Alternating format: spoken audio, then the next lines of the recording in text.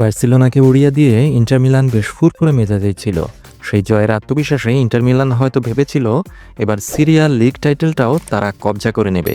কিন্তু এক চরম উত্তেজনায় ভরপুর ম্যাচ ডে দেখল সিরিয়া ভক্তরা। সিরিয়া লিগের ৩৭তম রাউন্ডে অল্পের জন্য লিগ শিরোপা নির্ধারণ হতে পারল না। শেষ রাউন্ডেই এখন নির্ধারিত হবে কে হবে ইতালিয়ান সিরিয়া চ্যাম্পিয়ন, নেপোলি নাকি ইন্টার মিলান। লিগের শীর্ষস্থানীয় দল নেপোলি অবনমনের হুমকির মুখে থাকা পুঁচকে পারমার সাথে গোল শূন্য ড্র করে বসেছে। একই দিনে ল্যাজিওর সাথে ইন্টার মিলানের ২-২ গোলের নাটকীয় ড্রতে ৯০তম মিনিটে পেড্রোর তুমুল নাটকীয় পেনাল্টিতে সমতাসূচক গোলে সিরিয়ার শিরোপা রেস এখন বেশ জমে উঠেছে। এই পেদ্রো একসময় মেসির বার্সেলোনায় খেলে গেছেন বহুদিন। কি হয়নি এই ম্যাচে? গোল, অফসাইড, গোল বাতিল, আবার গোল, কোচদের লাল কার্ড খাওয়া, কত কিছু।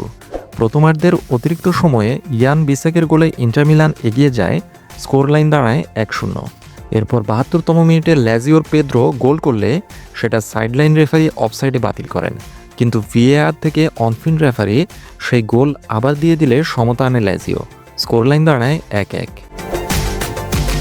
এরপর ৭৯তম মিনিটে সেই ডামফ্রিজ, যে কিনা বার্সেলোনার কফিনের শেষ পেরেক টুকেছিল, তার হেডে গোল করে ইন্টার মিলান এগিয়ে যায়, স্কোর লাইন হয়ে যায় ২-১।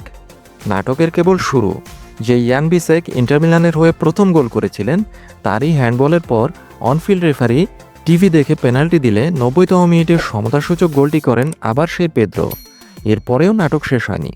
ইনজুরি টাইমে ৯৪তম মিনিটে গোল পোস্টের সামনে ফাঁকা গোল পোস্টে গোল দিতে পারেনি ইন্টার মিলান।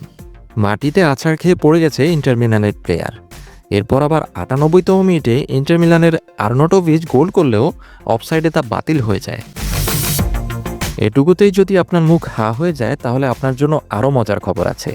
উভয় দলের ম্যানেজার ল্যাজিওর অ্যান্তোনিও কন্তে এবং ইন্টার মিলানের সিমোন ইনজাগি দুজনেই লাল কার্ড দেখেছেন। ফাইনাল রাউন্ডে দুজনেই টাচলাইনে অনুপস্থিত থাকবেন। পয়েন্ট টেবিলটা একবার দেখুন। শীর্ষ দুই দলের মাঝে ব্যবধান মাত্র ১ পয়েন্ট। পুরো হাড্ডাহাড্ডি লড়াই।